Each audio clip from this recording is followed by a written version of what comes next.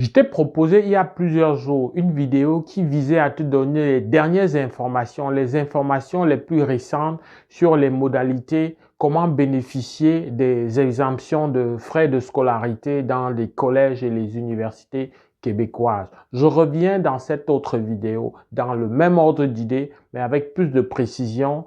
Le but étant de te rendre avant-gardiste.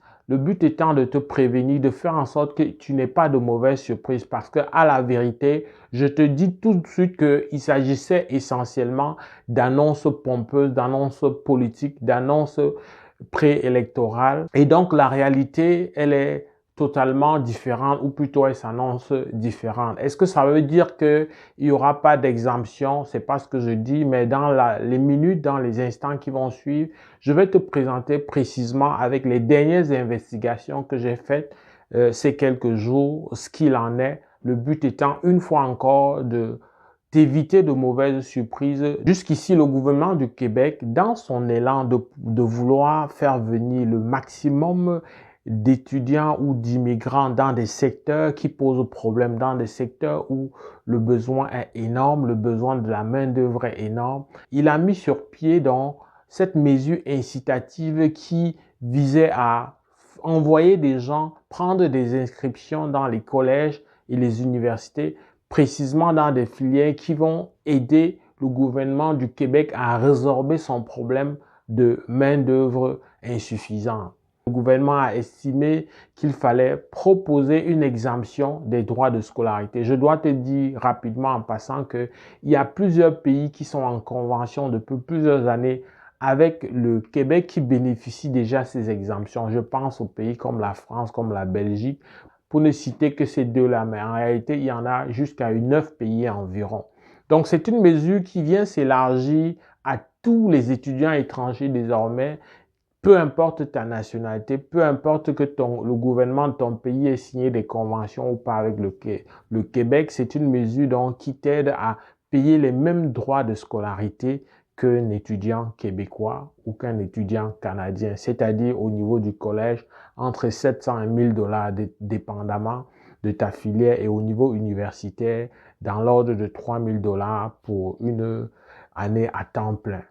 Qu'est-ce qu'il en est concrètement? Dans la dernière vidéo, je t'ai dit que la nouveauté, c'était que non seulement on donnait la liste exhaustive des collèges et universités qui en bénéficiaient, mais ça, c'était pas la grande nouvelle, même si on en a fait une nouvelle vraiment extraordinaire, mais c'était suffisamment clair avant quand on disait que c'était des institutions scolaires et académiques en dehors de la grande région métropolitaine de Montréal. Donc, il fallait juste faire le calcul et établir de manière géographique qu'est-ce qui était considéré comme un institut ou alors une structure scolaire ou académique qui pouvait bénéficier de ça. Bon, désormais, c'est clair. On en a parlé lors de la dernière vidéo.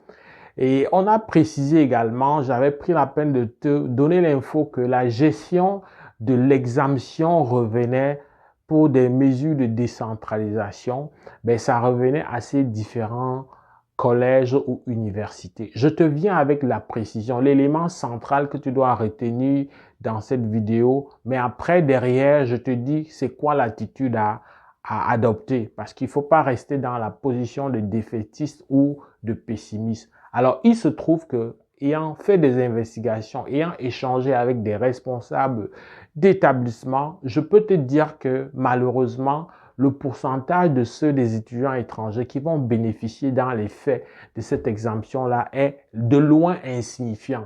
Finalement, ça devient ou ça a tout l'air finalement d'une annonce pompeuse, tout simplement, d'une annonce électoraliste. Et finalement, ce sera voilà, des personnes comme ça pris au pif, hein, on va dire, compte tenu du nombre élevé de personnes, d'étudiants étrangers qui ont fondé beaucoup d'espoir là-dessus. Alors, je te le dis parce qu'il faut que tu te prépares, il faut que tu apprennes le plan B. Moi, je ne viens pas te faire des vidéos pour nécessairement te caresser dans le sens du poil, mais je viens aussi te faire des vidéos avant-gardistes pour que tu prennes des mesures parce que tu ne peux pas imaginer combien beaucoup arrivent, beaucoup réalisent leur rêve d'être sur le sol canadien, mais ils vivent une désillusion, ils vivent l'enfer, une dépression et ils regrettent tout simplement. Sauf qu'une fois étant ici, il faut assumer l'idée qu'on a voyagé. Hein. En tant qu'Africain, on comprend mieux ce que ça veut dire. Donc, je prends la peine de te le dire et te dire qu'il y a de fortes chances que, même si tu as eu ton admission, comme c'est le cas de plusieurs pour qui nous avons apporté un accompagnement, même si tu es en bonne position, il va toujours falloir apprêter, prévoir un plan B et se dire que ben, si jamais mon enfant ou moi-même, je ne suis pas éligible, je ne suis pas admissible, qu'est-ce qu'il y a lieu de faire? Et c'est par là que je termine la vidéo. Donc, prends des dispositions pour être prêt à payer ta scolarité pour la première année. Ça va se passer comment concrètement? Dans ces écoles, dans ces programmes particuliers-là, en général, de ce que j'ai vu, de mes lectures, de ce que j'ai vérifié, ben, il faut payer la première session dès le mois d'août ou septembre, mais c'est sûr que tu peux obtenir certains aménagements au niveau de la paye pour régler cette facture, mais c'est sûr que idéalement ou alors de manière réglementaire, c'est en août ou en septembre qu'il faut payer ces frais-là. Alors, la bonne nouvelle, c'est que de l'autre côté, il y a une mesure qui accompagne, qui allège, c'est celle de la levée de verrou. Hein. Désormais, tu peux travailler au-delà de 20 heures par semaine. Il y a beaucoup d'emplois, il y a beaucoup de travail. Il faut juste être organisé, il faut juste prendre conscience qu'en tant qu'étudiant, tu dois essentiellement mettre ton énergie pour assurer ton autonomie financière pendant ton séjour d'étudiant. Après, ça va être le bonheur. Après, ça va être le paradis. Donc, prévois ce plan B-là et dis-toi que ben, ça peut arriver finalement que je ne sois pas dans cette catégorie.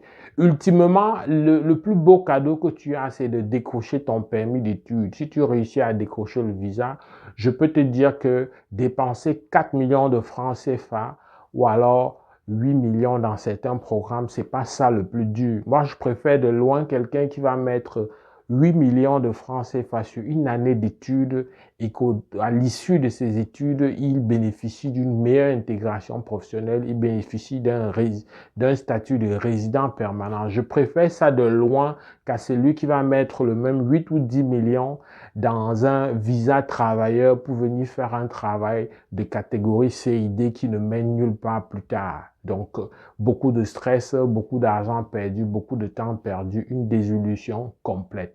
Donc, ça, c'était le but de la vidéo. Malheureusement, il faut être très clair.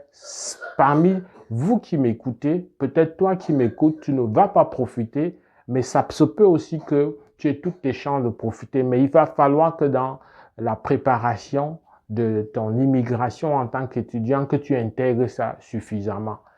Voilà, j'espère que cette vidéo t'a aidé. C'est pas une nouvelle vraiment très gaie en cette fin d'année, mais j'ai le devoir, l'obligation intellectuelle de partager et morale même de partager une telle nouvelle avec toi. Est-ce que pour toi qui aspire à étudier, est-ce qu'il se fait tard? Je vais te dire de manière réglementaire, les étudiants internationaux peuvent candidater jusqu'au mois de mars 2023. Mais la question c'est, est-ce que après tu vas pouvoir avoir le visa dans les délais?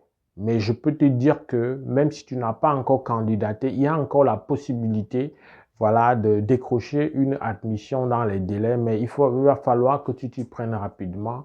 Il va falloir que pour ne pas naviguer à vue, que tu te fasses accompagner. Nous pouvons t'accompagner pour le faire comme on a fait déjà à plusieurs dizaines de personnes jusqu'ici et nous continuons à le faire. Donc, oui, il y a encore la possibilité, on peut encore décrocher une admission, on est encore dans les délais, mais ça commence à être très serré, ça commence à être très réduit. La preuve, c'est que ceux qui n'ont pas commencé en septembre voient les délais plus longs. Nous avons plusieurs cas en attente, des demandes de novembre qui ne sont pas encore traitées. Je te demande de continuer à espérer, je te demande de continuer à travailler sur ta documentation pour l'obtention de ton visa si tu es rendu à cette étape. Je te demande de réfléchir si finalement dans ton plan B, tu n'es pas admissible à l'exemption. Il y a plusieurs programmes de bourse qui t'attendent ici au Québec. Mais je te demande aussi d'envisager, ce n'est pas interdit, une admission dans une école en dehors du Québec aussi où beaucoup de bourses d'études peuvent être octroyées. Comme ça va viser à te faciliter ta première année sur le plan financier. J'espère que cette vidéo t'a aidé, va venir faire la différence dans ta tête, va venir réarranger ta manière de te projeter dans ton projet. Si tu as aimé, like, partage, fais savoir au plus grand nombre. Au plaisir de te retrouver dans le cadre d'une prochaine vidéo. Porte-toi bien. Boula!